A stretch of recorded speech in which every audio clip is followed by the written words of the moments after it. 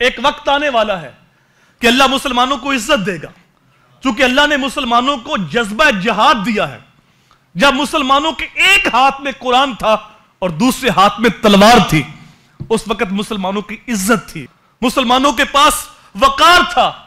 لیکن جب قرآن چھوڑا ہاتھ میں موبائل آ گیا، تلوار چھوڑی تو ہاتھ میں بلہ آ گیا، تو آج ہم ذلت اور پستی کے ساتھ زندگی بسر کر رہے ہیں۔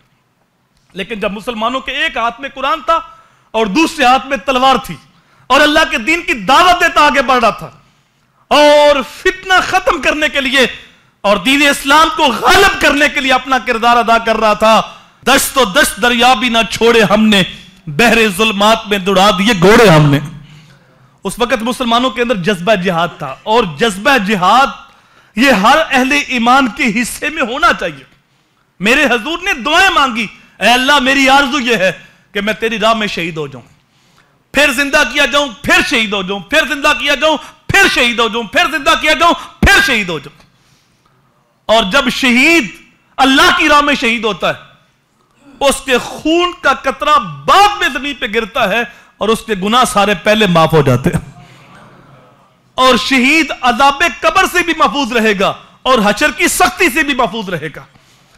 جو اللہ کی راہ میں شہید ہوا وہ 70 لوگوں کی شفاعت کرے گا، جو حافظ قرآن ہے وہ 10 لوگوں کی شفاعت کرے گا، اور جو شہید ہے وہ 70 لوگوں کی شفاعت کرے گا۔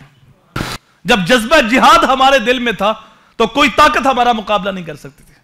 جب جنگ قادسیہ ہوئی تو حضرت خنسا اپنے 4 بیٹے لے کے آ گئی۔ یہ بوڑھی خاتون تھی، ان کے شوہر پہلے شہید ہو چکے تھے، اور 4 بیٹے لے کے آ گئی اور بیٹوں سے کہا کہ جس طرح تمہاری ماں ایک ہے اس طرح تمہارا باپ بھی ایک ہے۔ میں نے تمہارے نسب کے اندر خیانت نہیں کی، میں نے کبھی تمہارے ماموں کو رسوا نہیں کیا، کبھی میں نے شوہر کے ساتھ خیانت نہیں کی۔ یاد رکھنا تم نے پشت پہ تیر نہیں کھانا، تمہیں تیر لگے تو سینے پہ لگے۔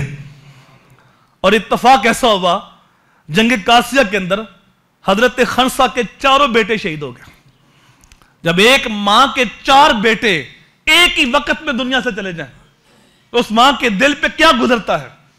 لیکن تاریخ پڑھیے، جب حضرت خنسا کے پاس یہ پیغام آیا تو آپ نے پوچھا بتاؤ جنگ کے حالات کیسے ہیں؟ تو آنے والے نے کہا کہ آپ کے 4 بیٹے شہید ہو گئے۔ کہا بتاؤ جنگ کے حالات کیسے ہیں؟ کہا اللہ کا شکر ہے اللہ نے فتح عطا کر دی۔ تو حضرت خنسا نے وضو کیا، 2 نفل ادا کیے اور اللہ کی بارگاہ میں ہاتھ اٹھا کے عرض کرتی ہے مالک تیرا شکر ہے جس نے مجھے 4 شہید بیٹوں کی ماں بنا دیا ہے۔ یہ جذبے تھے ماؤں کے، جہاد کا جذبہ اپنے اندر پیدا کرے کہ اللہ ہمیں توفیق دے تو ہم اللہ کی راہ میں یہ جان قربان کر دیں۔